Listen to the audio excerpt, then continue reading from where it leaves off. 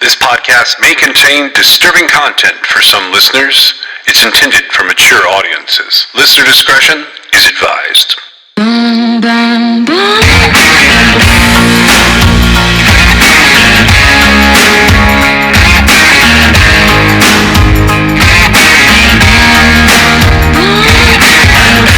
This is True Crime XS.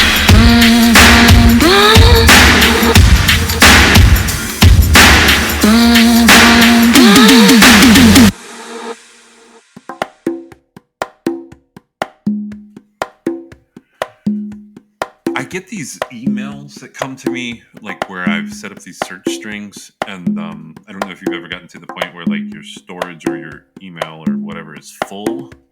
I go through and I delete a lot of stuff at one time, and I archive a bunch of stuff, and I don't always read everything. And I miss things when that happens because it used to be like I literally only had.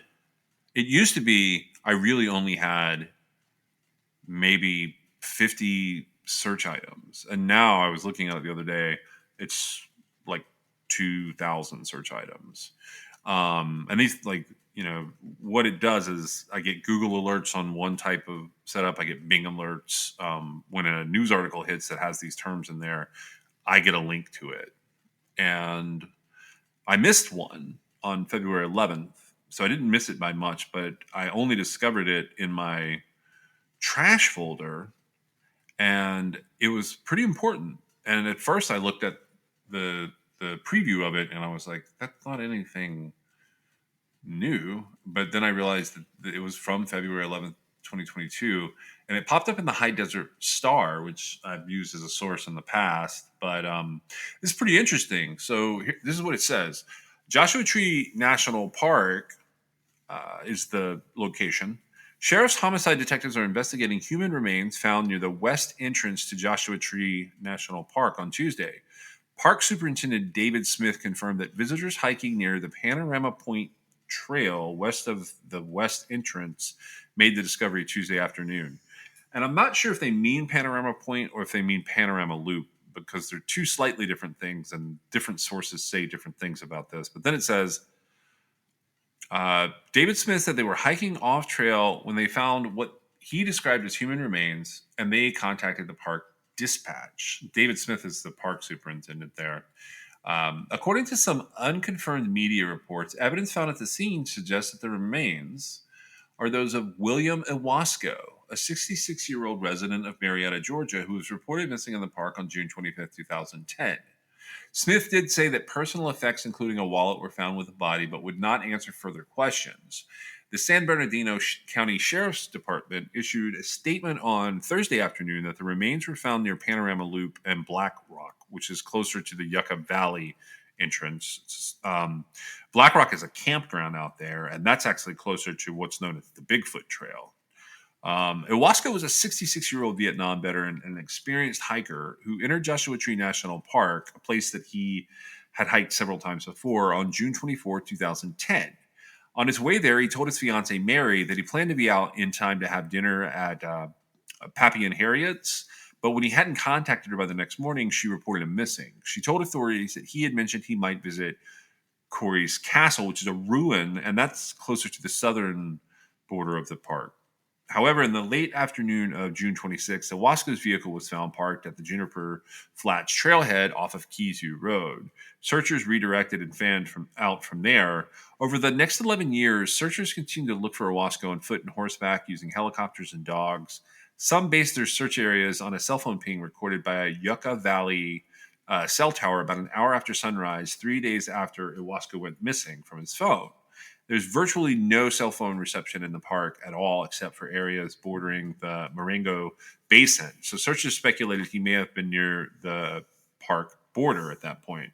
They only ever found a red bandana that dogs reacted to in a way that made their handlers think it might be Iwasco's, and 2 water bottles that the dogs also reacted to. However, other hikers later said the bottles were theirs, throwing the ownership of all 3 items into question. This is a huge deal for us because William Iwasco, was a huge focus of our series of episodes on Israel Keys. He was. He represented like the ultimate Wally, which was a victim type that I had come up with based on Israel Keyes's interrogations that we listened to, talking about people being in the middle of nowhere in remote locations and coming across them. And uh, to me, Bill Owasco was everything that that represented. Yeah, this is something he used. Keyes basically said that he used to wait for people that would come to him in remote locations. Um, we don't have a lot of details on Bill yet, but we have spent a lot of time on his case in the past. And if this is him, it'll be interesting. One, it'll just be interesting to see if it's him. This location is many miles from his car. Many, many, many miles. And if you've never been to Joshua Tree, I can't remember. Have you been out to Joshua Tree yourself? I have not, no. Okay, so Joshua Tree is one of those places where you just never see the end of it. It's like pretty literally, it's not the red desert of like the Looney Tunes cartoons or like the Roadrunner and Wile E. Coyote cartoons, but it's like it is deserty desert for the U.S. And looking at it, it's very beautiful, but it is very easy to see how someone who could just start walking and lose their bearings and then not ever get back to where they were going to be. But for me, it's really hard to imagine that being a 30-mile stretch. But he is an accomplished hiker, and you did a ton of research. I wish they were our 25th and 26th episode are basically about Keyes Ranch and Bill Owasco there in Joshua Tree. How did you feel when you heard this news? I was actually really glad that now we are late because you got it late and then you sent it to me. So it is, we're a little bit behind, but I'm very happy that he's been found. Now, from my understanding, possibly unsourced, but yet making sense. The wallet had an identification that identified the remains as Bill. Have you read that? Yeah, I actually. So it's interesting because quite a few different online sources put out like a blurb, Yeah. meaning some reputable news outlets were in on this, and that's what I was using to try and determine the location they were talking about.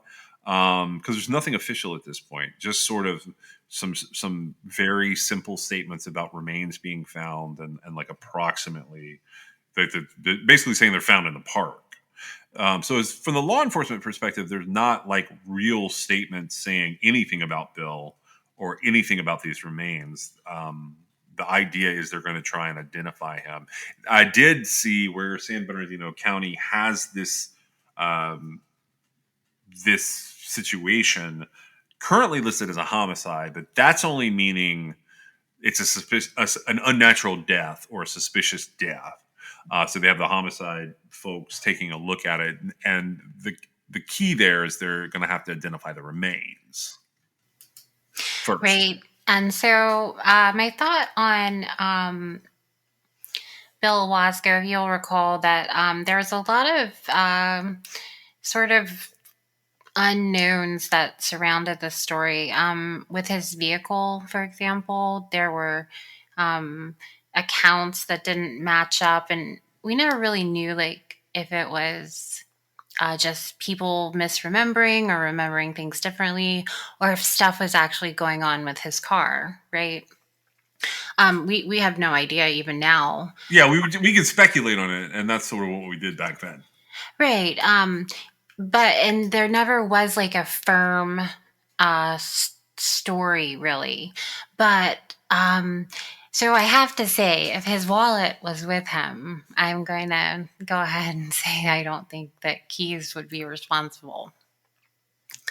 I don't know what you feel how you feel about that. I just don't think he would be able to resist taking someone's wallet. Yeah, so when I pulled up, first of all, when I found that, I immediately went and like poked around to see if other people had potentially um, had the same thought we had, and they had the San Francisco Gate.com flat out mentions like it may belong to him. Uh, Several people said like human remains found at Joshua Tree, and the problem is the way they're all saying it. It's like they've talked to one of the finders, and the finder mentions the wallet and having Bill's name in it, and so that makes me go, well, then maybe we were wrong. Oh yeah, like I think so. I always said the whole time, like he was searched for, right? I mean, just he was very much. It's a well documented search effort, and it's available. But yeah, I think I don't know like what is going to end up having happened here because it it how long would it take Bill Wasco to die from dehydration? In Joshua Tree, so he was there not quite in the peak heat, but he was pretty close to the peak heat. He would not have lasted more more than a week. So I understand wandering around, right? Right. um, but could he really wander like and not be able to get back? As long as he wasn't, as long as he was not injured, he'd be okay for a bit. You could, yeah, like that's one of the things about, I've taken trips over the last few years to, like at one point I went to Painted Desert and I done Joshua Tree. And one of the things about that I noticed with the Painted Desert, which is a little different landscape, is it was really easy to get turned around. And if you don't have sight of your first landmark, meaning typically where your car was or where your parking area or the first place was, things can start to look like you can go in circles thinking you're headed back to where you came from. In hot weather out there, if you had a little bit of water, you could probably survive between 3 and 6 days okay this time of year. But if it were like a month later, no way. Wouldn't be possible. This just really bothers me because it seems just so unbelievable that because he wasn't he wasn't a novice, like he had done this, right? Like he was a hiker. Bill was a skilled hiker, right?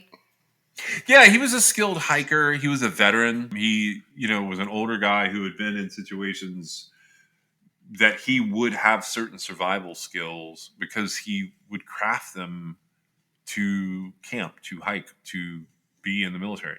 And also, I should point out that like this is probably one of the longest running amateur searches that's going on for him. However, several of the key people who were involved in the search for Bill were also professionals in search and rescue.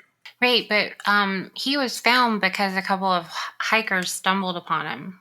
Yeah, that's what we're seeing right now. My understanding is the people who were working to find him after the official search had ended, they were highly skilled in their abilities to, forecast where somebody would go if they were missing or they were lost, right? And so that lends me back to like, okay, well, what was he doing where he ended up, right? Well, so I thought about this question. I thought you might bring up this point or ask it as a question or make a statement about it today. So I thought about this, and this is what I have to say about that. I think so. Yeah, a lot of the people orchestrating the searches for Bill were pretty professional, and yes, there's a lot of forecasting as far as finding the lost. But this is what I realized. I don't know how many times that many search and rescuers have to go after somebody who knows what they're doing. So the thing about Bill is if Bill had more water and could find some measure of shelter because of those other factors I mentioned, he's going to get further away, even if lost, and be trying to get like to a boundary, to a road, to a trail that he recognizes. And I think that combined with his age, and combined with his experience with Joshua Tree, makes him different than the average lost hiker. I think the average lost hiker is easy to predict because they are there's sort of patterns to being lost, if that makes sense. You can predict those activities, but when someone knows how or thinks they know how to get themselves unlost, it changes that pattern. It changes what's happening there. Does that make sense? I think so, yeah. It almost makes it seem like it may not have been accidental. Well, what you mean, Bill on Bill's part? Like maybe I mean, I nothing about his life or any of his story leading up to that point ever gave me the impression that he decided he was just going to sit in the woods and wait to be or wait to die, right?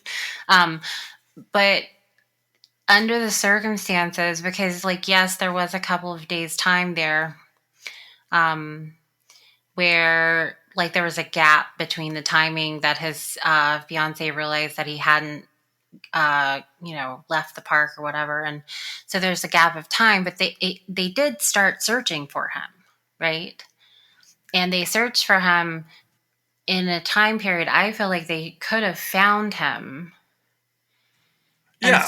And so that's why I guess it's just really confusing to me because it doesn't make a whole lot of sense. But I don't know.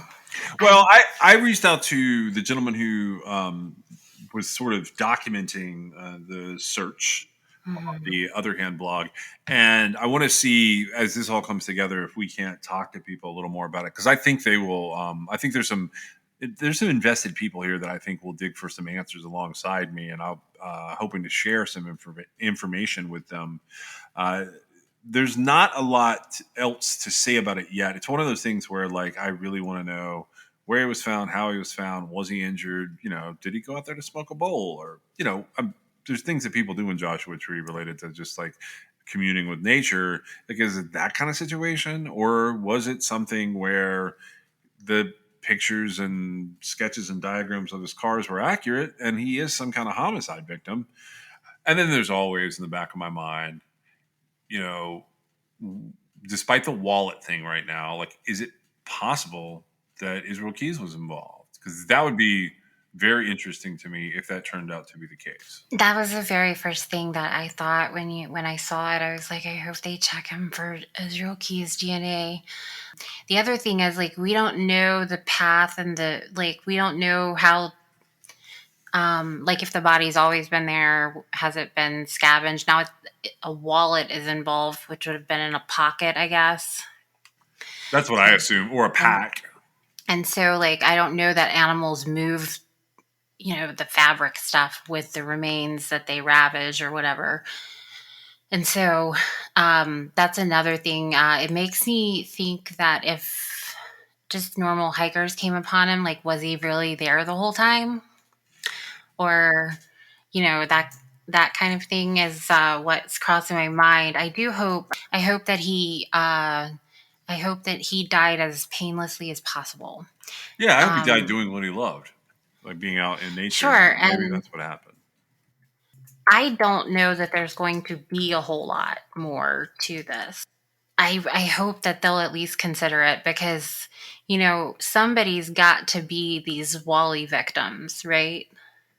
Oh, yeah, absolutely. And so, he said it like, oh, it happens all the time. I feel like we've covered our bases where we've shown that it doesn't happen all the time, right?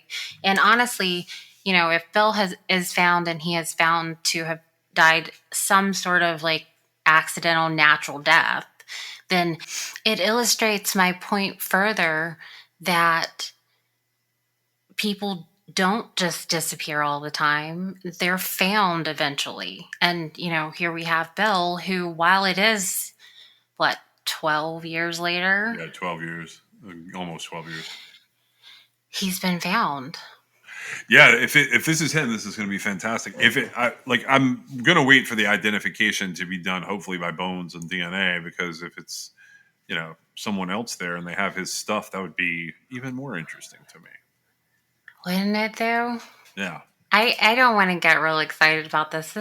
It's a tragedy that he passed away, but like I don't necessarily. I never thought Bill was going to show back up alive. I mean, it that didn't even cross my mind. So it's just sort of bringing a conclusion as far as I'm concerned.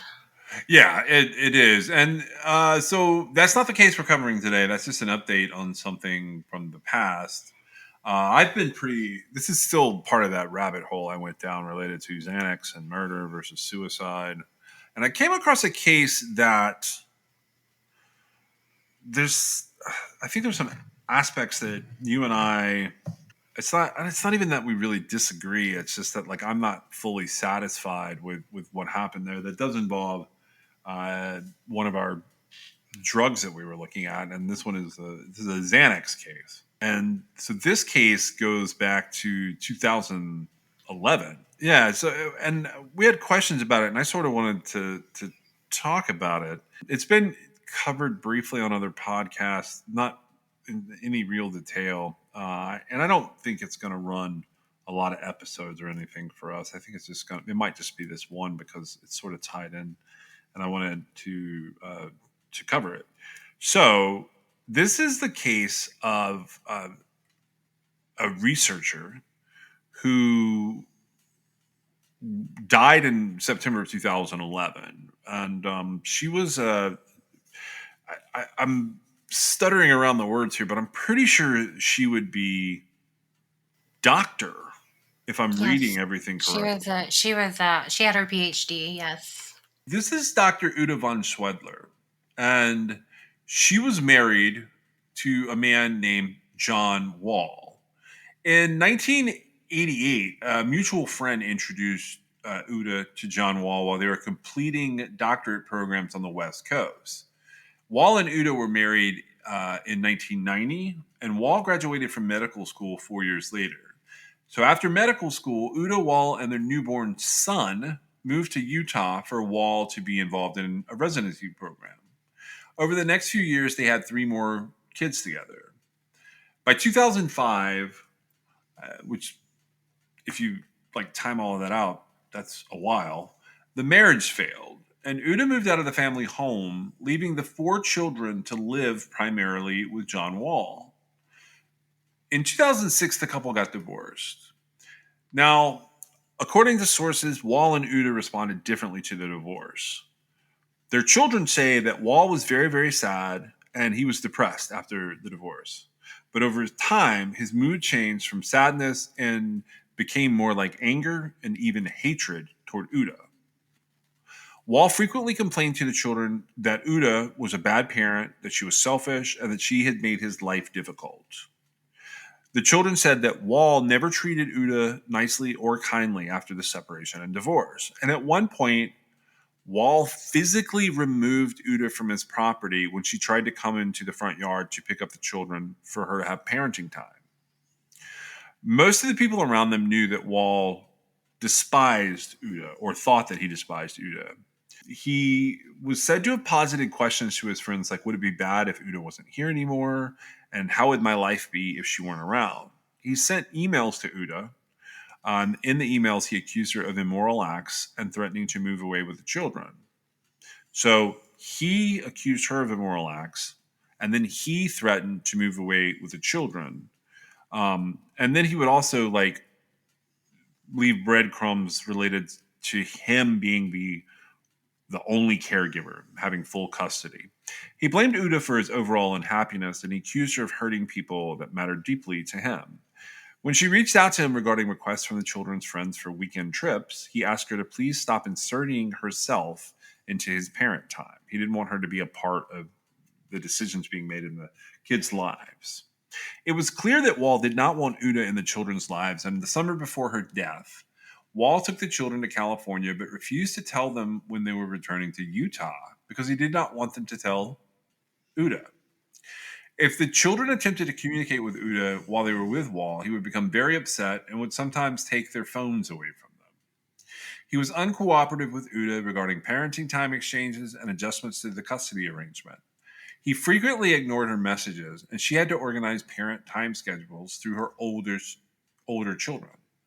Uta's response to the divorce was very different. Her friends, family, coworkers, and other acquaintances who testified at a trial later.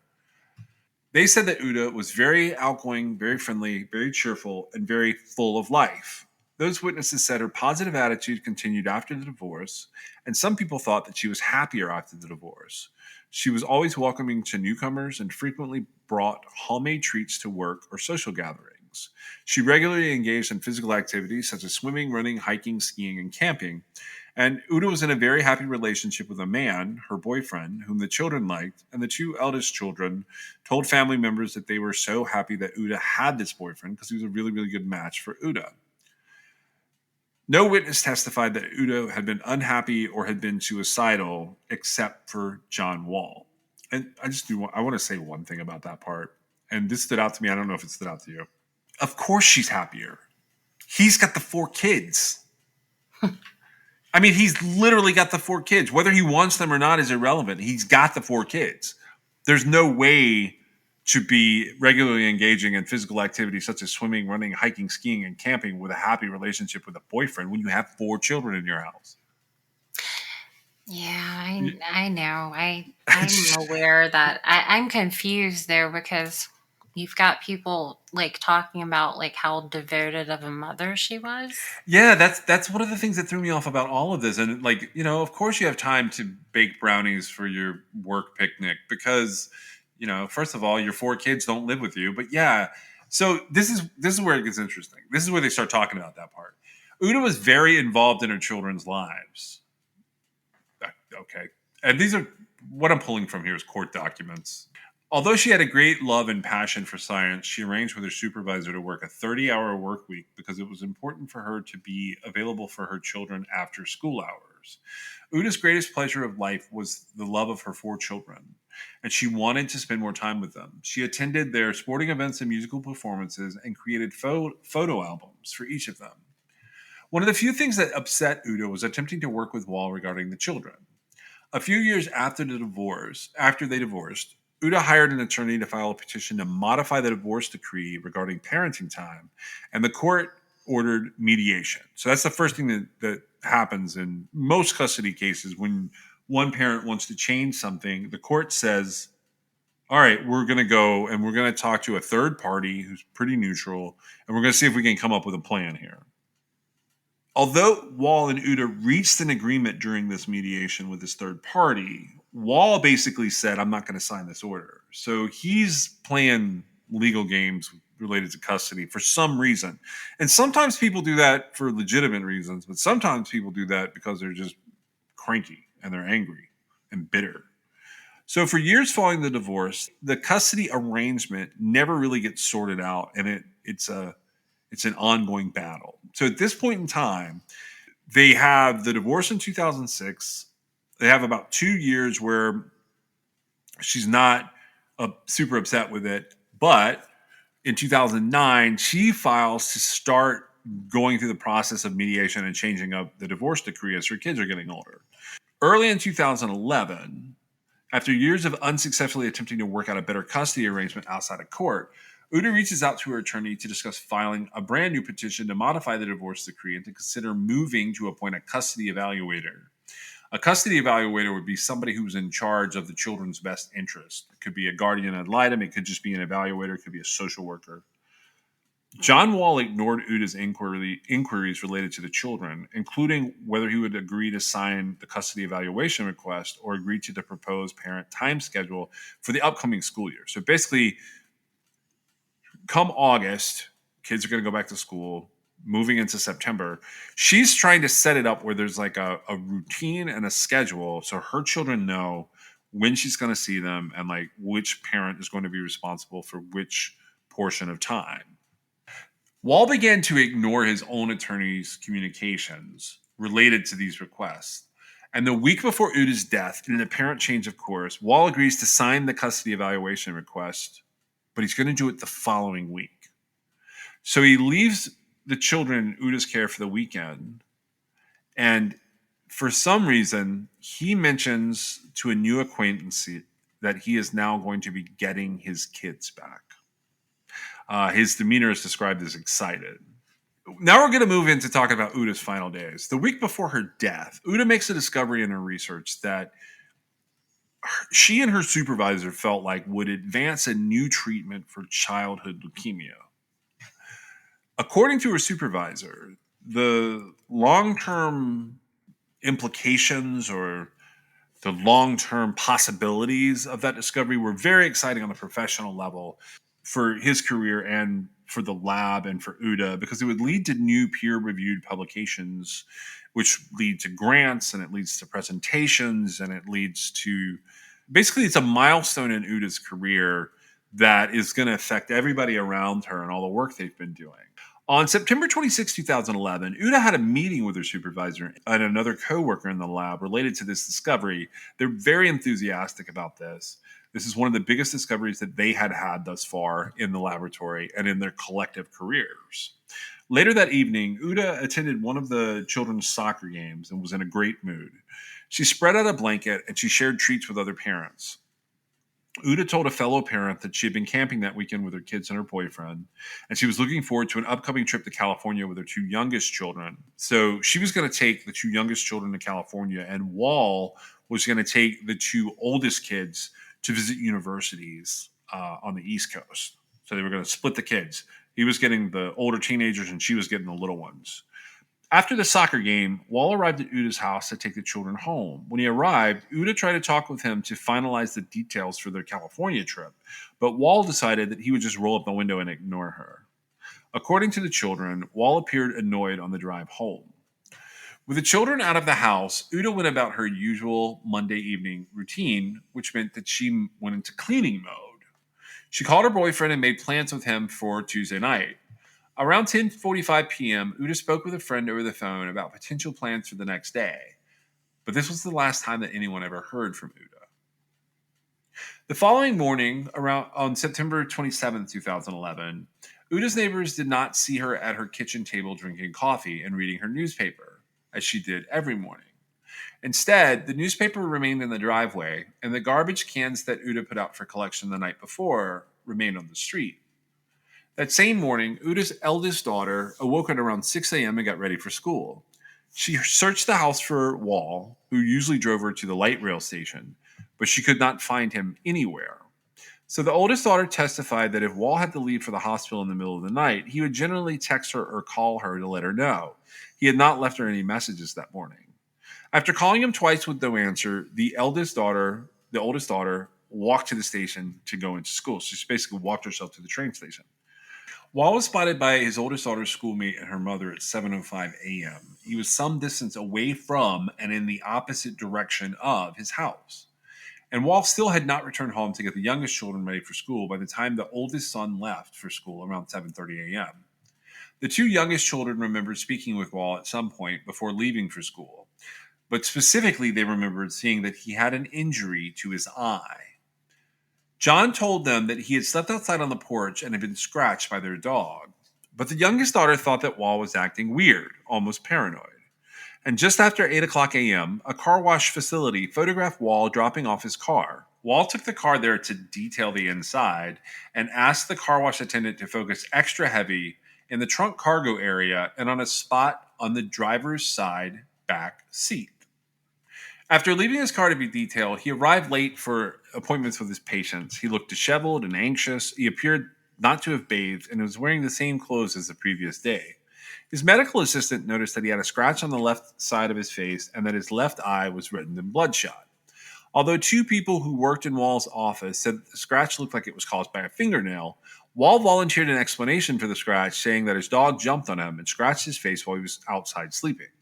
One of the assistants thought this explanation was weird because Wall had his dog for a long time, and she had never seen that the dog had scratched him before. When Wall noticed that his assistant was looking at additional scratches on his arms, he quickly rolled down his sleeves. After seeing one patient, he left to see an eye doctor, and he didn't return to work. When the oldest children returned home, they too noticed the scratch to Wall's face and eye.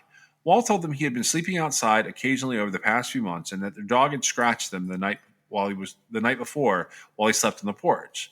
None of the children had seen Wall sleep outside on the porch, and none of them knew the dog to scratch anyone.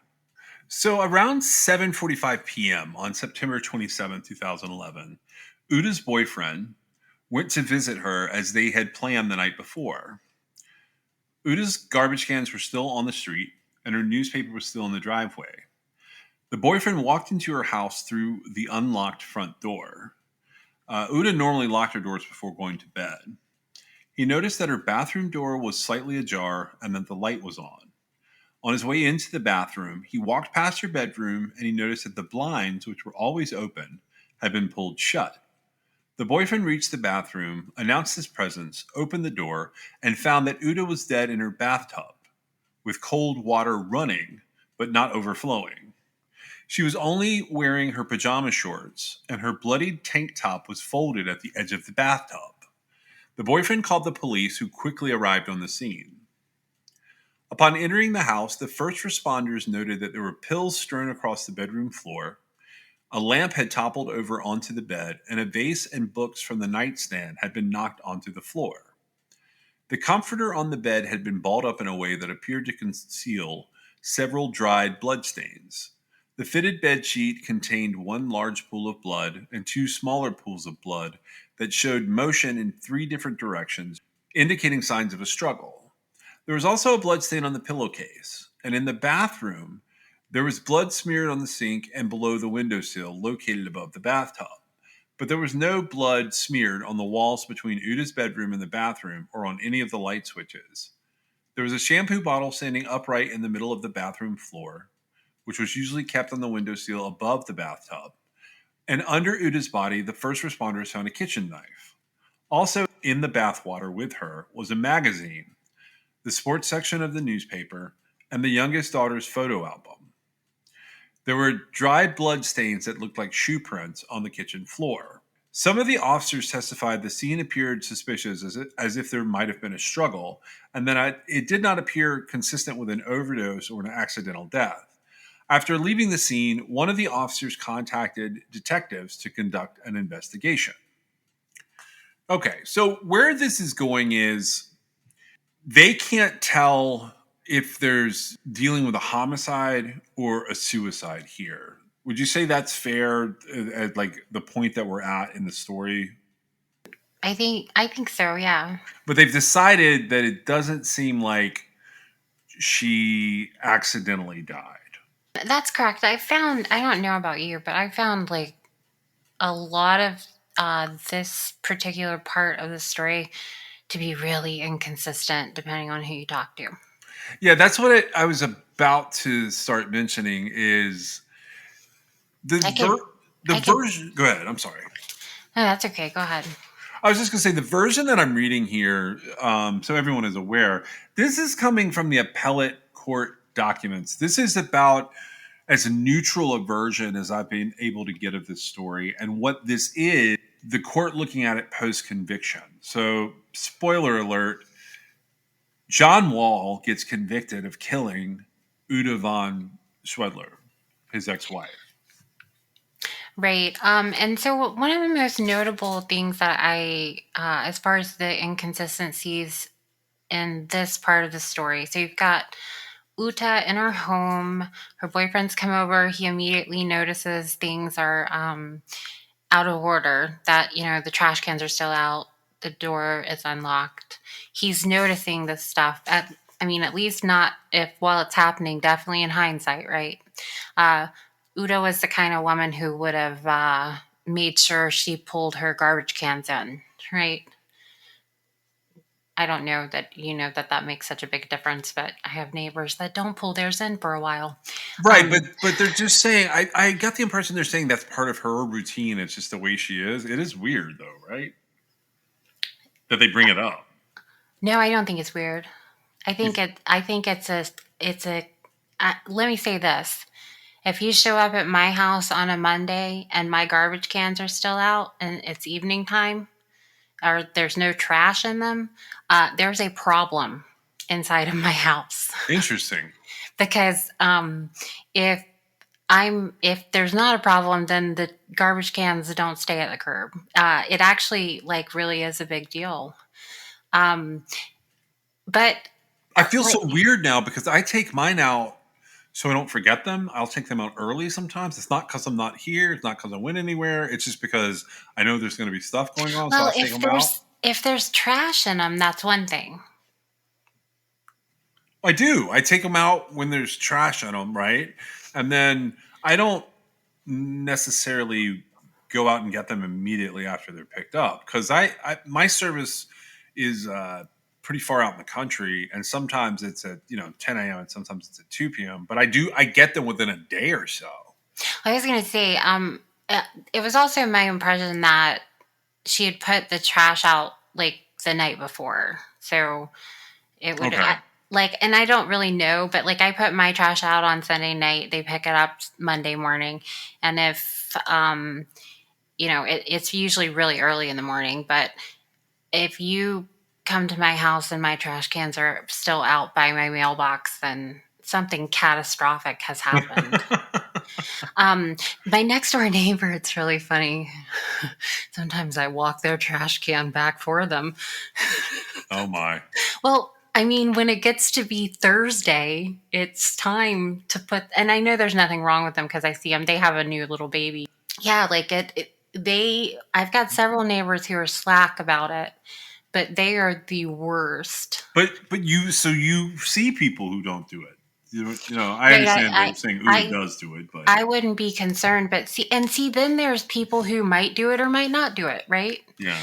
But so in my house, and it's not me, by the way, just saying, I could leave my trash cans out by the mailbox forever. Gotcha.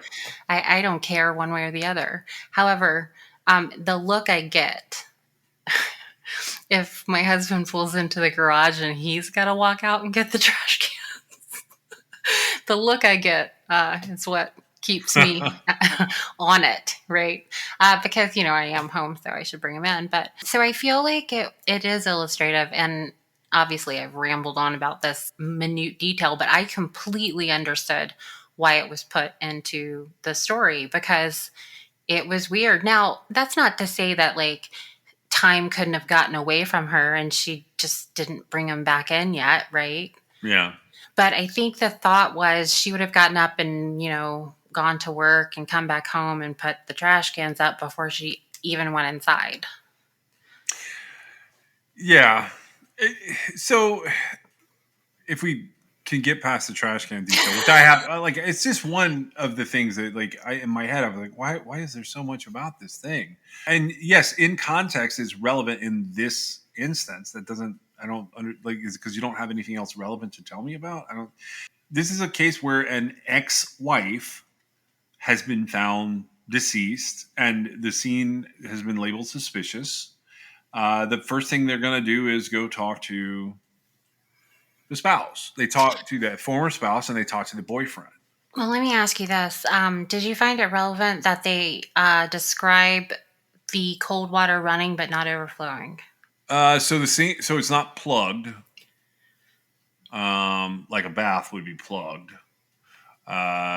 It's cold because who takes a shower in cold water? It's one of those things I just look at it and I go, why is this in here? But I didn't question that one a whole lot. I just sort of went, okay.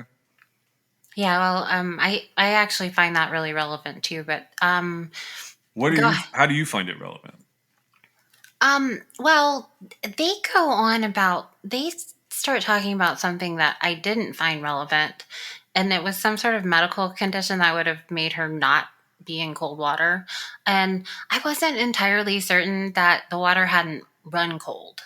Yeah, that's what I was picturing was because the way it's phrased is it's like it's been running for basically 24 hours.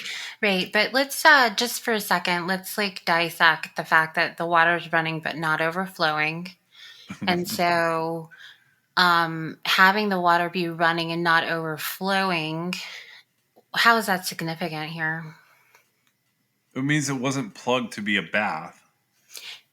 Right, and so how much water does it can you get into your bathtub without plugging it? Oh, if I don't plug my water, it'll just run. It won't get more than like a half an inch or so. It just runs. Right, and it's constantly draining. Right, and that's what I understand to be happening here. That's what I picture too. Right, and so her manner of death was drowning. I follow that, and even following this case all the way through what we're about to talk about next, I still okay. This is one of those cases where people are going to be like, what the hell are they talking about? This is one of those cases where you've got a medical examiner who sort of sees the case as undetermined throughout. There was a discrepancy that I found from one side's brief leading to the appeals opinion that you have. They talked about how without the mention of Xanax, that he was going to rule the death a homicide. Did you see that? Yeah, I did see that. Okay. In fact, like while I was researching this case, because the Xanax is what made it come up. The Xanax popped this case for me, and I actually went and listened to. It's another podcast I don't usually listen to, but I did listen to an episode. It's called Unraveled, and it has like Billy Jensen, I think, is in it. They have an episode on this case where they point out some of the things that happened with the jury that are sort of interesting. But it was in the middle of them doing, and I didn't listen to all of them, so I'm sort of giving a glossing overview here. I did find it interesting, but they were talking about the problems with experts, like competing experts, getting the jury's attention and like the jury enjoying the show more than they understood the facts. I think that always happens. Yeah, that is one of the. You'd need like a particular expert for every single person on the jury, and you would have to have an expert questioning them in a way so they could explain it so that particular juror would understand. It would be madness. Yeah, and so when it comes to this case, they talk to the boyfriend whose name is Niles, and the boyfriend he's compliant, he's helpful, he seems honest, and he gives them a very clear and concise timeline of what he had been doing leading up to Uda's death. They then move on to John Wall, and that would be the sort of logical progression as you sort of go through the partners and former partners. John Wall counts in this case because they're still dealing with the kids. They go and get him. He doesn't question why they're there. They ask him to come with them so they can ask him some questions. He doesn't ask why. He just goes with them. And in contrast to the boyfriend's answers, John Wall's answers, he speaks in generalities. He doesn't directly answer their questions, and he comes across as vague. When the detectives asked him where he went the night before, after picking up the children from Uda's house, Wall said that he didn't know, he couldn't remember. He went on tangents about what usually happened. There is some audio of this, and there are transcripts of this. It's not super helpful. The detectives are pretty heavy-handed, and John Wall is definitely, he's not a great candidate for the interview when it's happening. Whether he's guilty or he's out of it, you can't really tell. And he definitely does. He has the personality of a dandelion, so that doesn't help things. What does that mean? He just kind of stands there, and like he's there, and he's there, and he like occasionally like looks pretty for a second, but then he's just standing there again, and you're trying, like, imagine trying to interrogate a flower or interview. Sorry, we keep saying interrogation today. That's not it. Like, imagine that you're interviewing a flower. Like, how do you think that's going to go? You know what I mean? Yeah, about like it went. No, I got you now. I understand what you're saying. So the officers keep redirecting him as they're trying to question him, and they're basically saying, "So what happened? Last night? This was just last night. It's not that long ago." Wall continued to respond to inquiries about the previous night with things the family usually did on Monday evenings, or what the children sometimes would do when they get back to Wall's house. He could not say if he had been home the entire night or if he had gone back to Uda's house after picking up the children. He evaded direct answers about the last time he had seen Uda, and he could not remember if he had recently touched Uda or the last time he had been inside Uda's house. When directly asked if he had been inside Uda's house on September 26th or 27th, Wall responded, "I don't think so." When asked if there was any reason whatsoever his DNA would be under Uda's fingernails, Wall responded, "I don't know." When he was asked if he killed Uda, he said, "I don't think I did it. I don't think I was here. I don't think I was there. And if I did it, I did make a mistake. I would be so sorry, but I don't think I did it." Eventually, over the span of 3 hours, Wall gave an account of the things he did on September 27, 2011. He told the detectives he went to a gas station near his house to purchase eggs between 6:45 a.m. and 7 a.m. He returned to the house and he had breakfast with his two youngest children before taking them to school. He then went to a car wash facility because he had extra time that morning and there were burritos spilled all over. These are quotes from him, by the way, all over the front passenger seat.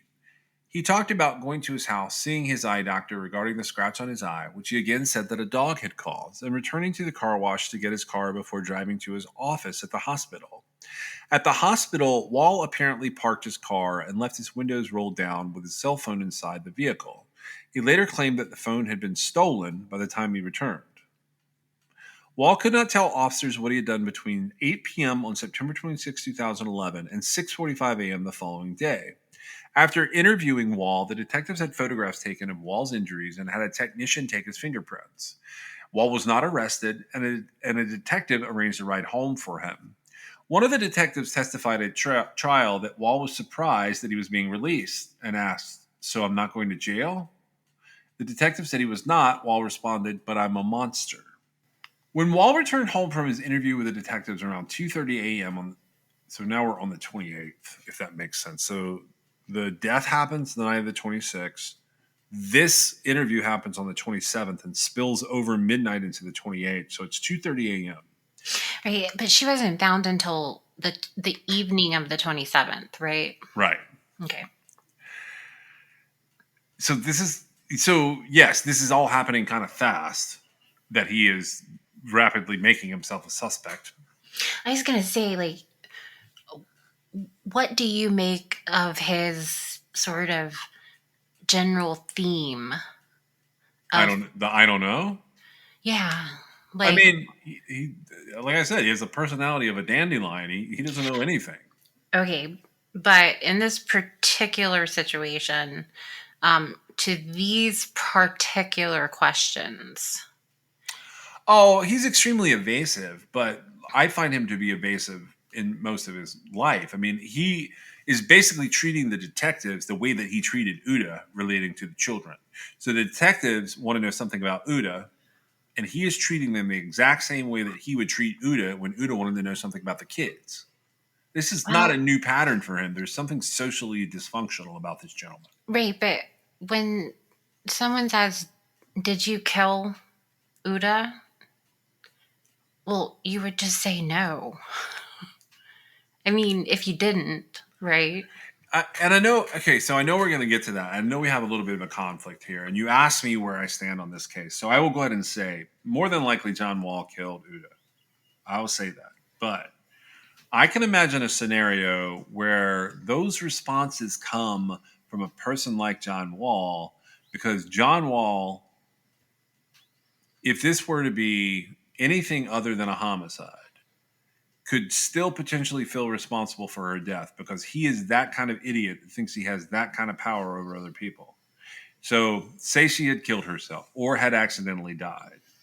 He could believe that his actions, words, treatment of another person were more than contributing factors to their death by accident or suicide. He's that kind of guy. So that's where I get into sort of the weeds with him pretty quickly, as you've seen. We're going to go through that because this is going to end up being a little bit of a long episode, but I want to like go through it because ultimately I arrive at the decision of I don't know. I believe he probably killed her.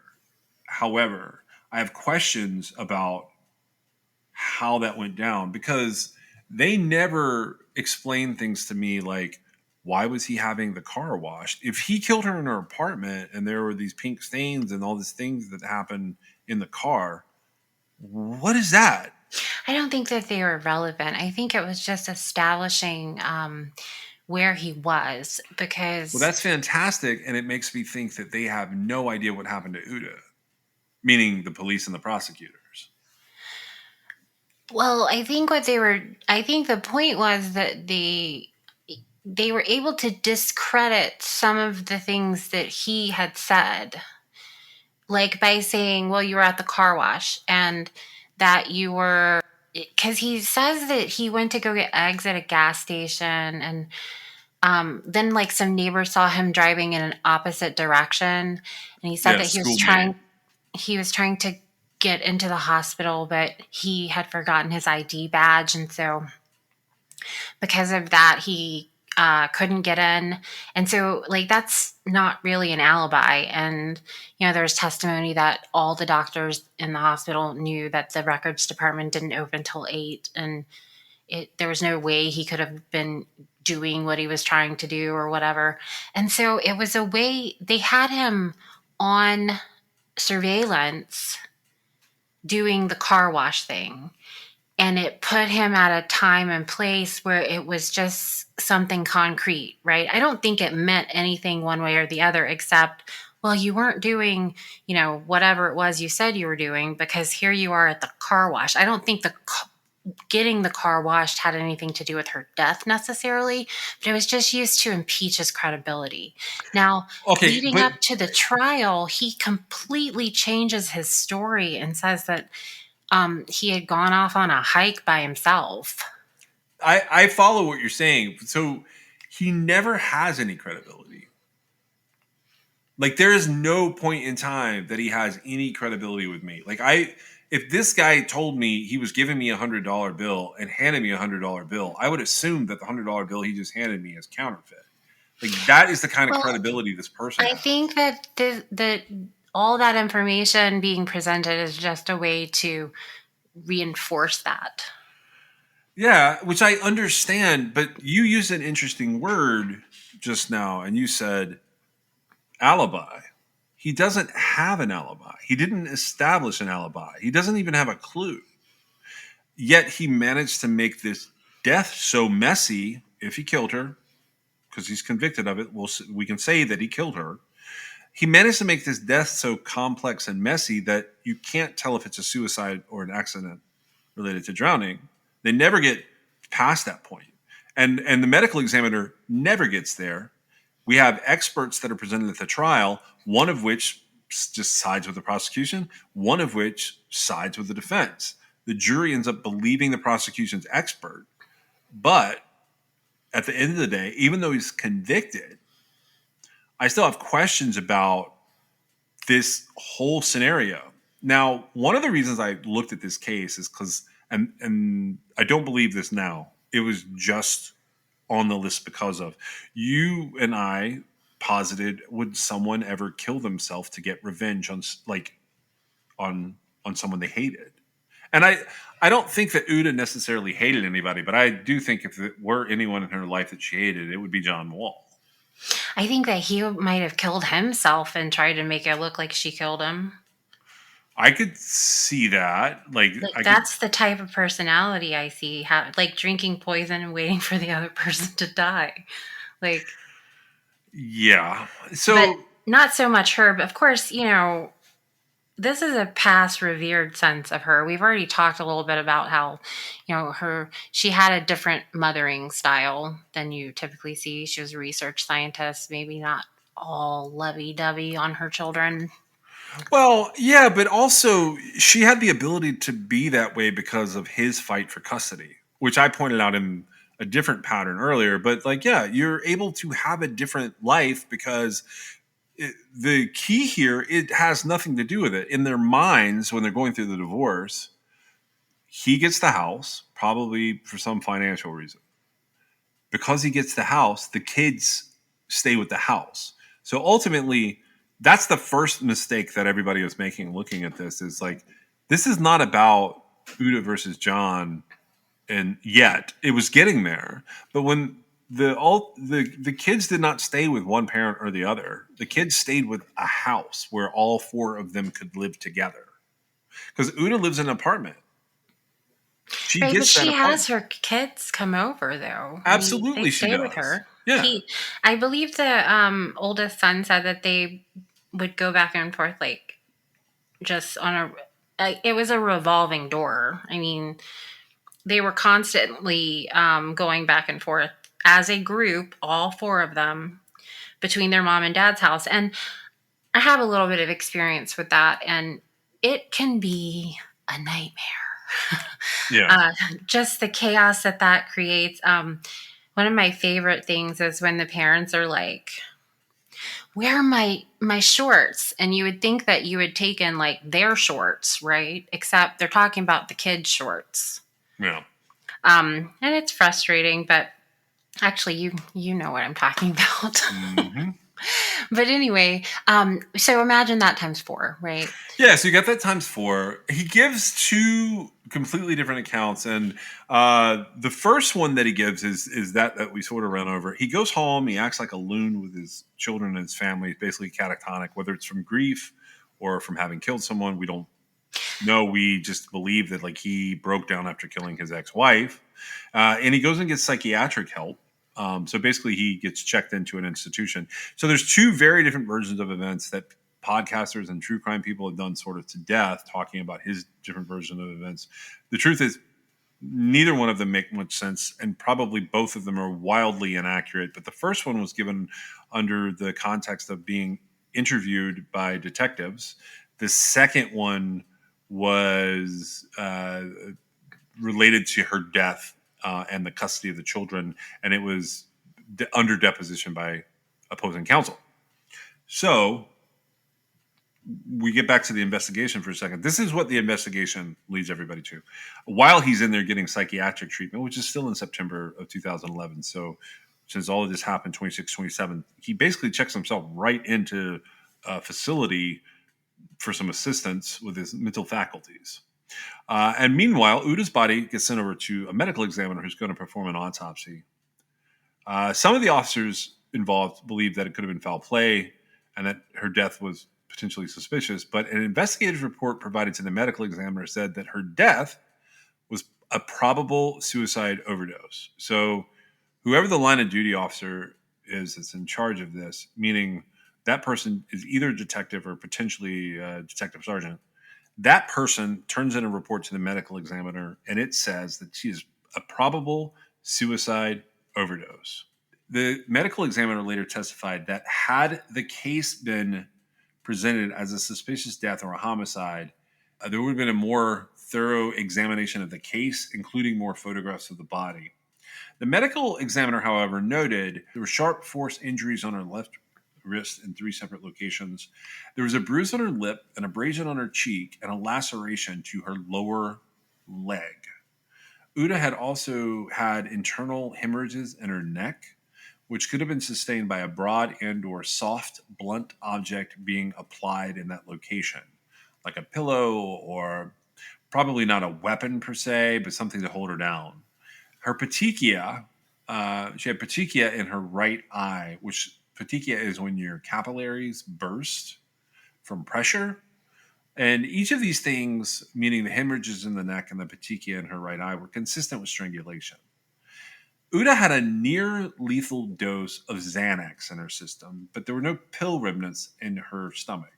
The medical examiner was not specifically looking for an injection site anywhere because the case was brought to him as a probable suicide, but he testified that any of the injuries on Uda's body could potentially have obscured an injection site if that was how the Xanax got into her system. And the medical examiner further explained that the nature of Uda's wounds were not like anything he had ever seen in a suicide because they appeared to be defensive rather than self-inflicted, and that he had concerns that the police could potentially be dealing with a homicide. So after conducting the autopsy, the medical examiner concludes that Uda's cause of death was drowning, but he could not determine the manner of death. So he left it as undetermined whether it was an accident, homicide, or suicide.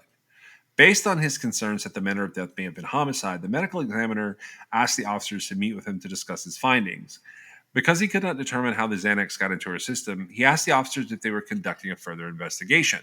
And the sergeant in charge of the case at the time basically said that we think this is a suicide, period. The medical examiner told the officers that he was not going to call this a suicide and that the manner of death was undetermined based on what he knew. The medical examiner further explained that the scene of the crime was suspicious and that it appeared more consistent with homicide than anything else, and that, but for the Xanax in Uda's system, he would have certified the death as a homicide, which is something you mentioned earlier. I still haven't seen what the lethal amount was. I can't find it. I've looked everywhere at this point. And so they said, it was a suicide, an overdose suicide. That was the police telling the medical examiner, basically in the case summary, as the body's coming in for autopsy. Right, but, as it turns out, that she didn't overdose. No. She drowned.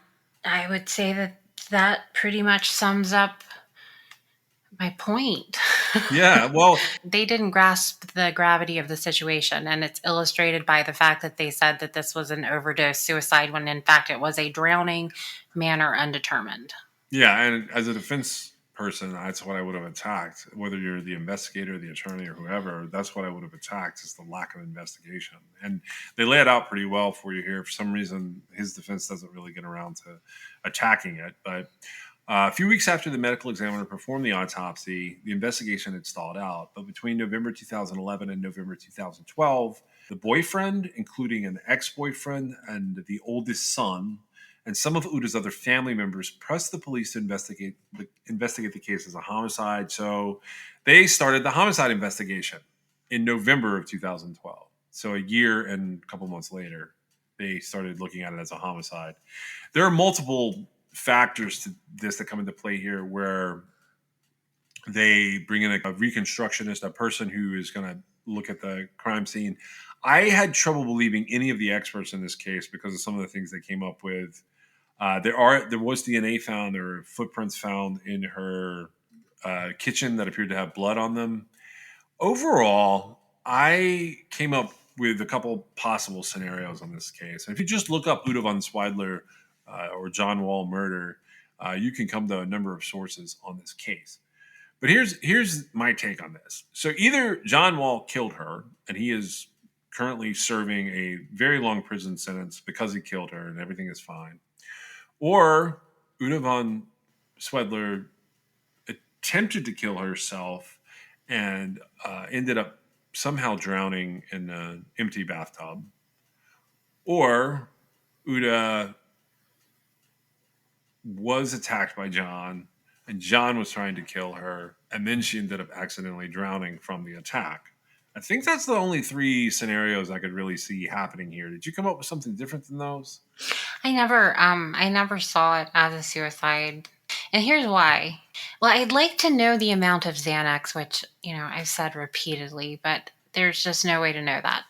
But the reason I mentioned the water running but not overflowing was I have seen 1 milligram of Xanax mentioned as a content, right? Have you seen that somewhere? I've seen 1 milligram, 0.5 milligrams, and 2 milligrams of Xanax mentioned in the content that I read through on this case. Okay. But depending on what you believe, this is probably 2 milligrams of Xanax, which is the prescription that he wrote closest to Uda's death. All right. Well, the only thing I've seen is that there was, I believe it was 1 milligram of Xanax that I think maybe was in her stomach. It was 0.5 milligrams that they found from her stomach, and that was the problem. There were no pills. There was no way for that to be in her stomach, so it was in a liquid form, or the way that they describe it for trial is that it was potentially crushed or mixed into a slurry, either in alcohol or some type of juice. Right, and so because I hear them talking about lethal doses of Xanax and then 1 milligram or half a milligram of Xanax, that 1 milligram of Xanax is not a lethal dose by any means of the word. And so I couldn't figure out if there's more Xanax that they just don't ever mention, but basically all they say is near lethal dose. That's how I've seen it described. I feel like that comes more from the impression and the initial statement that this isn't an overdose suicide, right? Right. Because there was pills scattered and things like that would have led people on the scene to think that. And so I feel like that narrative sort of started that way. I would like to know if she actually had a lethal dose of Xanax. I'd like to think, I believe I've looked it up before, and Yeah, it doesn't come right up, but They kind of hide it. Xanax is definitely one of the more toxic benzodiazepines, but the thing about Xanax is it has sort of a people develop more addiction and tolerance to Xanax than they do toxicity or overdosing. Basically, you could seem really drunk while you're overdosing, but stopping taking, you would have to take it all at one time. Are you looking for like a milligram? Is that what you're yeah, looking I want to know for? what the milligram of, because So the what I looked at, the amount that could potentially lead to an overdose varies widely from person to person. It depends on many factors, including your weight, your age, if you have a pre-existing condition like a heart, kidney, or liver condition, if you took it with alcohol or other drugs, including other antidepressants or other medications, how your body metabolizes the medication. In clinical studies, the LD50, the dose that caused half of the rats to die, so the fatal dose for half of the rats, ranged from 331 to 2171 milligrams per kilogram of body weight.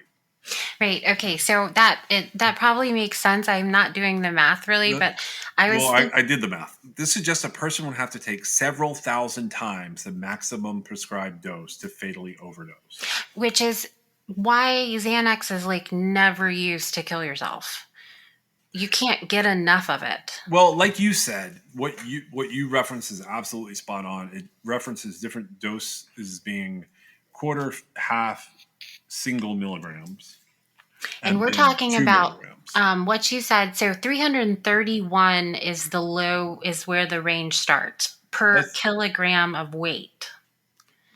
that like, and now there'll be some variances when you translate that to something other than rats, but that is what rats are at. That is the math on rats, and the way that that would work for human beings is sort of ridiculous. Even if he had written a 2 milligram prescription of Xanax to successfully overdose her, say she's 100 pounds, that would take uh, roughly at least 12,000 milligrams. Does that make sense? Yeah, and the highest pill you can get is 2. Right. So It's 6,000 pills to be a lethal dose, and I just don't feel like that's what happened. I don't believe that people take 6,000 pills and have a lethal dose. So what I think I is, would say that it would be damn near impossible to get your hands on 6,000 2 milligram Xanaxes. well, they're both doctors. But my point is, Yeah, but they tracked down all of his prescriptions. 6,000 Xanax? maybe misunderstanding some of this. I'm just trying to tell you, like, most of what happens with Xanax, and so severe and fatal overdoses occur with Xanax, but But I would most like, of them are tied to other drugs, and specifically, they are tied to opioid pain medication. right. Well, I maintain, I was going to say, but then I wanted to look because I didn't want to completely misspeak. But I was going to say that I was under the impression that you would have to take about 60 milligrams of Xanax to even get to a point where it would start to seem like you were overdosing on it. Now, my thought was correct, except like you'd have to take exponentially more, right? Xanax is such like it has such a small effect in small quantities, and so I've been curious what the amount of Xanax was in her system that they keep saying was this lethal dose. Okay, that might make a difference. All I've seen is non-lethal. The numbers are far from lethal. I haven't seen anything and I will look a little harder to see if I can I've find it. looked pretty hard. I can't find her autopsy report, which it would probably be on the talk screen. But I don't know. Like, I mean, I find it really hard to believe that she um, had a nearly lethal dose of Xanax in her system. But let's say she did. Okay. And we can say that she took it herself if you want. That's fine. All right. She then like falls face first into the tub and she's unconscious. Right. And I guess she turned the water on before she fell face first in the tub. And took her shirt off and folded it, but not her shorts. Okay. But she left her shorts on. Okay. And so the water is draining. So yeah, it's not overflowing. It's been running that long. So either it's draining. Yes. Okay. Would you assume that passing out from Xanax, that'd be similar to passing out from alcohol? I imagine if you could get there that it might look similar. Yeah. Okay. And so, this is sort of what I'm getting at, and I know I'm taking the long road, but I don't really know how to say it. Let's say you're sitting in a bathtub that you've run, a nice 2 foot full of water bathtub, and you've already taken your Xanax, and you kind of slide down in the bathtub, and suddenly you're underwater. Well, you wake up, right? Right. Okay, and you spatter the water out of your mouth. Okay, and so unless you really try hard, which I still don't think you could do it even if you tried hard, but your body has natural instincts that kick in when you are headed towards drowning, which is basically your lungs are filling with water. That's how people drown, right? Right. And so because there's water in your lungs, there's no air in your lungs, and your respiratory system shuts down, your heart and your brain shut down. Okay, so she's not in 2 feet of water. She's in a stream of water. She's that's not even in a draining. couple of inches of water. So she had to lay there. I mean, this was the most torturous suicide ever, if that's truly what it was. Well, that's what. Okay, so I have ruled out, in my personal opinion, The suicide. suicide, right. I have not gotten to the point where I can successfully for myself rule out an attempt or Okay, a miscalculation. all right, but here's the thing. The bottom line is she laid under a stream of water that was draining and drowned. Right. Okay, there's no question about that. Would you agree? Yeah. Okay, so knowing that, is it likely that she fell face first by accident and had that happen? I mean, that's a terrible set of circumstances coming all together. My point is, somebody held her face down while the water drowned her. That's my point. Like, there's no way, even if you really wanted to, right, that you would just be able to lay there with water trickling down over your face until you die. Yeah, and I went through. I actually had a stack of suspects. I put Niles in there. That's the boyfriend. The ex-boyfriend was in my list. I even put the oldest son in my list, and then just for giggles, I put in the lab mates who were potentially going to benefit to some degree from what she had done. I ruled out everyone else because none of their situations made any sense to do this kind of thing. No, because this is a personal. I don't know that it's rage, but this was a like, I hate you killing. What I don't understand is why the Xanax was involved at all. He did Why it he to took the time subdue her.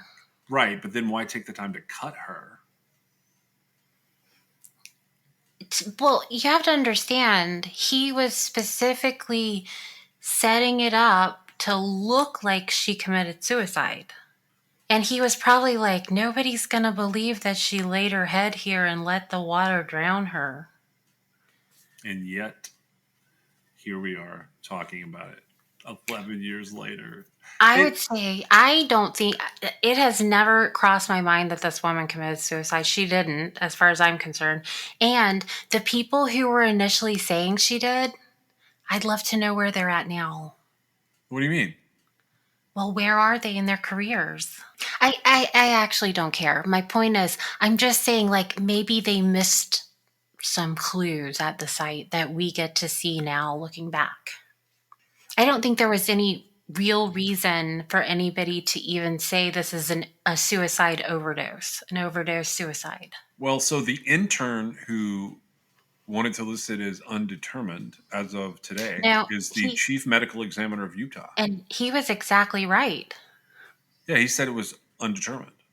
Right. And So he was actually going against the cops. the only reason he didn't put it as a homicide was because of the Xanax. Right. Okay, so yeah, he did the right thing because it, as opposed to being a suicide, undetermined was the right call. Now, bigger balls would have led to homicide, but I don't think this is a big ball, small ball situation. Like no, I don't think ultimately, so either. I He think pushed back. I don't think he pushed back. I think he genuinely just said, "Well, I heard what you said, and I shouldn't have listened to you. I should have taken more pictures. I didn't, but now that because this took place over months.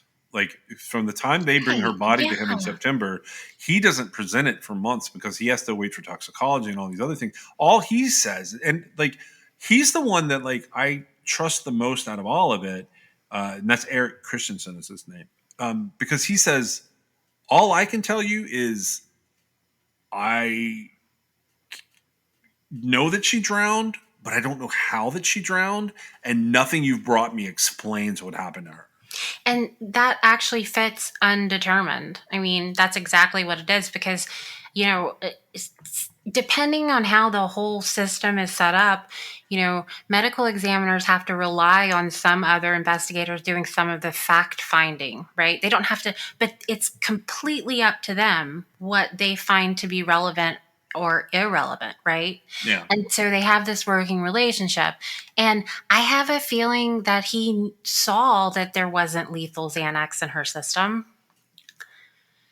And he was just like, well, I don't want to make this guy look like a complete idiot. So I'll just put nearly lethal, right? Because it came in as an overdose suicide. And it's not even close to an overdose suicide. But it's just a professional courtesy. Well, there was some Xanax, so we'll just leave that detail in there like that. But that is the only reason it's undetermined. Without the element of the Xanax, he would have said a woman that drowned in a bathroom like she did without Xanax is a homicide. This is definitely a more interesting benzodiazepine case. I don't have much to add to it because, like I said, he either killed her or this is something nobody has really thought of. And it leans towards he killed her, whether it meets my satisfaction or not. Like it's like, and that's why we went ahead and recorded this, is because I don't think I'm ever going to get to where I'm like understanding what his end game was. All I need to know, his end game was that he just hated her. I mean, there was no point in anything he did, but all I need to know to make me think that it could have been something besides him killing her is how she drowned. Yeah, and that doesn't really get explained to my satisfaction. And I was think gonna say, stick your head in your sink and turn the water on. See how long you last.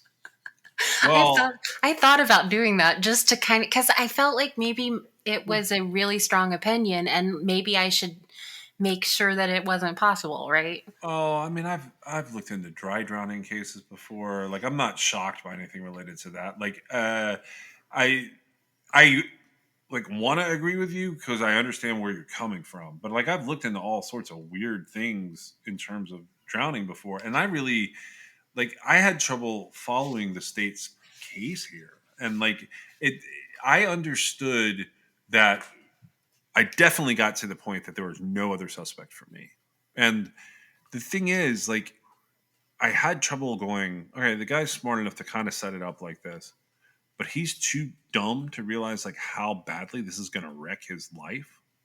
So such He a d- weird he contradiction to me. didn't care that it was going to wreck his life. What do you mean? Well, I would say that when you kill your wife, Ex-wife of 5 years earlier. When he okay, when killed you her, they had been fully divorced for 5 years. right, and it said Yeah. that the testimony was that she was always pretty much fine. At first, he was really sad and depressed, and then he became bitter. Right? That was the testimony that was given. He chose poorly. I mean, yeah, he's going to be bitter. He should be bitter at himself, but he does not seem to rise to that level. And so, because that bitterness just ate him alive. And the fact that he was going to ruin his life and his children's lives, and he's taking away his children's mother from them, like, it didn't occur to him in that moment. Like, that wasn't the kind of thing that was happening. This isn't, This isn't a moment, though. yeah, it's a buildup of moments. He had to have planned ahead of time just to have this annex. Right. So he Well, we knew it know, was going to happen. right. But there was something, which we will probably never know. It was the trigger. There was something that happened, and they were in court to renegotiate custody, and I wondered if maybe like she was gonna get remarried. Yeah, I wondered about that too. Or if he Um, started to realize that even if it wasn't now, it could be soon. or there was something though that happened, and um whatever that was would have been the point where he got when I'm saying like he got tunnel vision and this is what he was going to do, and he wasn't thinking about the fact that, well, maybe it won't actually look like suicide and they won't believe that and I'll go to jail, right? Yeah. And um i feel I feel really sorry for people who end up in predicaments like that, and I don't even know, I mean, you have to like be vigilant not to end up that way, really, because he gave his entire life to her, and then he felt like she threw it away because her priorities changed, right? And then he's just kind of stuck in this life, and he just couldn't get himself back on track. And obviously, killing her didn't help that, though. I mean, I don't know that she changed, actually. I think that maybe he thought she would eventually change and that their life would work around it and that she would that's become possible more like what he too. wanted. She was close in his mind. But, people fool themselves into that all the time where they think that they settle is what I call it. In these relationships that settle, you frequently see bad things come out of situations like that because one person's expectations were never realistic. Right. And I think that a big part of this relationship, and why it didn't matter that they had been divorced for 5 years, I think a big part of the conflict in the relationship was over their children. And that continued on. And so even though they were no longer husband and wife, they were still both these kids' parents. Yeah, I agree And with that. that conflict didn't go away. And so if you boil it down, I bet that was the majority of the problem, because people can get really defensive and offensive about how they want their children raised or what have you. Yeah, but I agree with that being a potential catalyst because I'll tell you what, man, people over the weirdest things that on at least on the surface or from the perspective of sometimes the other person, but really from outsiders perspective, it makes no sense why they're arguing over the things they're arguing. It's just a thing they want for their kids, and like they think it's in the best interest of their children, and there is absolutely no changing their mind. I mean, and not getting super personal, you've seen my own approach to situations like that, and my approach has been, I'm just going to wait. I'm not going to do anything. Even though I have my own things I want to happen for this kid, I'm not going to argue through everything that's going on the other side, which is not necessarily the best and most efficient approach, but sometimes it's really the only approach that keeps the bitterness and the hatred away. Yeah, I would agree with that. Especially if it is stuff you can let go without harm happening, and you got to kind of check yourself because, for example, in this case, like they had different opinions about what the kids should or shouldn't be doing or what have you. And, ultimately they felt like, the bad impact of the other parent was causing them problems, in the long run. But what kind of problems did killing her cause? I mean, Thank you for joining us. We are sponsored by LabbratiCreations.com. You can check them out at LabbratiCreations.com, and you can still use the code CRIMEXS for a fun pop pet portrait of your own pet. You can also reach us on Twitter, Instagram at TrueCrimeXS, or you can give us a call if you know anything about any of the cases that we're talking about at 252-365-5593. You can also reach us at Gmail at truecrimexs@gmail.com, and you can check out our website at www.truecrimexs.com. We'll see you next time.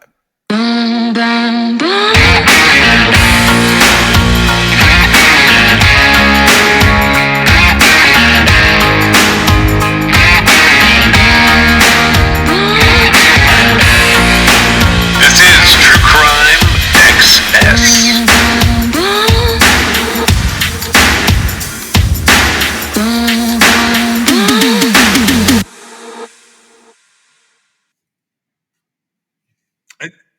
That's exactly what I was just thinking. I was like, there because is it really nothing doesn't. here that gets better by like one person being in jail for the other person's death. Right, because then they have no parents. And, that sucks. I really thought a lot of the fact that the son seems pretty neutral, but pretty adamant that his father killed his mother. Yeah, but the way that he approached it almost didn't let him off my suspect list. But he's a child. He was 17, turning I 18. understand He that. was also a person who was with it enough that he went after custody of his siblings the moment he turned 18. So don't tell me he's a child.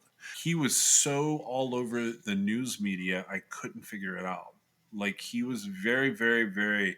He was a drum banger, like to some degree, and there were several of them on Uda's side that were really wanting this case to be solved and wrapped up.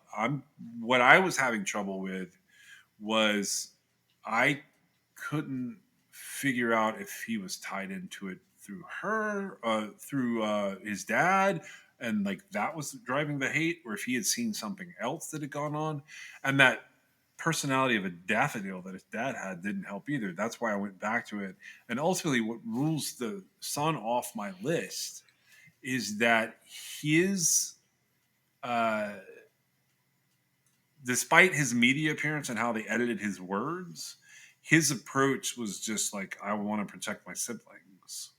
He Right. didn't really And care about the rest of it. He said the homicide stuff that he said, but realistically, it was very small amount of what he was saying overall. He was like, we're not safe. I want them out.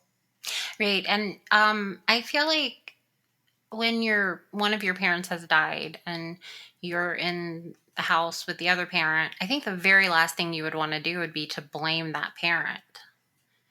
I think it would be really hard, actually. And so I think he really absorbed quite a bit of his dad's behavior, and he took in what was happening around him, and he came to his own conclusion. I could see that. I mean, so the idea was at this place in time, he and another sibling were looking at, and I'm not naming him, even though he is no longer underage. There's no reason to name him and drag him back through this. He went out of his way to help his siblings, though. That is unusual. There's a level of maturity in doing that not many people are able to do. Like, not many people are How able many to. adults are able to do that? Yeah, that's what I'm saying. Not many people are able to do that. They're not able to have this fairly unbiased perspective that is focused on the well-being of, in this case, three other people. Because he had a sibling close to him in age, and he had two younger siblings that he was trying to save. And I don't know what he was saving him from even now, but I suspect that his view was something could happen to them as well. Because once you killed a person in a family, well, who's to say you won't do worse or more? Well, I was going to say, what's worse? Killing 2 people is worse than killing 1 person, and killing Well, 3 right, but people is worse it's than like an killing. equal. It's like killing anybody isn't equal to killing anybody. I mean, that's all. It presents a new perspective that perhaps you'll die. All day you climb and right back down the other side. How far will you go? With no guarantee, you know.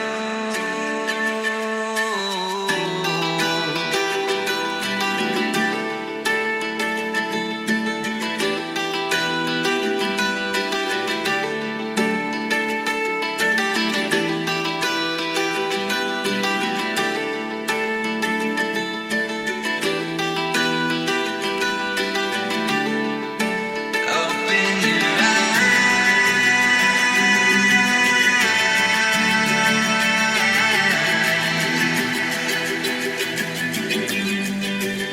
open your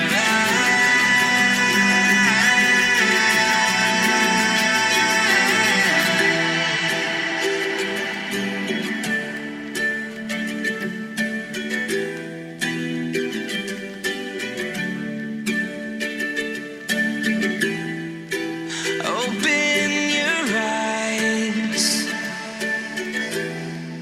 and let the light into your mind. How far can you see with no guarantee of anything?